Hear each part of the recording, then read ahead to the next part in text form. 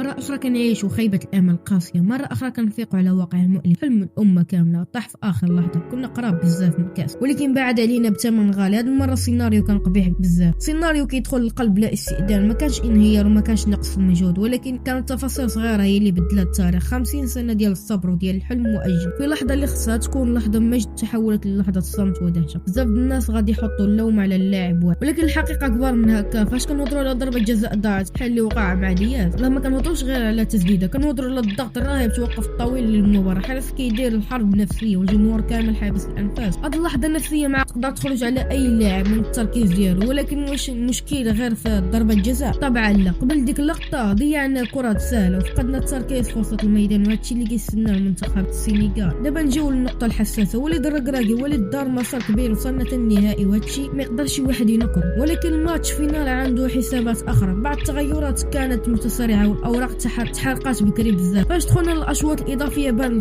الفريق عيان وبلا حلول. تزيد عليها المغامرة، اللاعبين جايين من إصابات وما وجدينش 100% بدنيا، بحال اللي وقع مع حمزة إيجامان. كأس الفريق بطولة ديال النفس طويل ومخاطرات باللياقة البدنية، وفي النهاية كتخلص عليها الثمن غالي. كان واحد الاسم واقف بحال جبال، ياسين بونو. لولا بونو راه السيناريو كان يكون أقصى بالمرة. التصديات الحاسمة والهدوء والشخصية. القائد هو كان السبب اللي خلى الماتش ملعب حتى لآخر دقيقة. بونو عطانا درس كيفاش تكون كبير في الماتشات كبار. في الأخير الكرة ما كتظلم ولكن كتعلمنا درس قاسي. المنتخب ما خسرش حد عيب، ولكن حيت ما عرفناش ندبروا تفاصيل صغيرة. هذا الجيل باقي صغير وعنده ما يقول، ولكن خصنا مراجعة حقيقية وشجاعة في القرارات. ماشي هدف هو الجلد الذات، ولكن الهدف هو نوجهوا الحقيقة باش المرة الجاية ما نعاودوش نفس القصة. شكرا لكم على المتابعة ونتلاقاو في فيديو جديد وقدر الله ما شاء.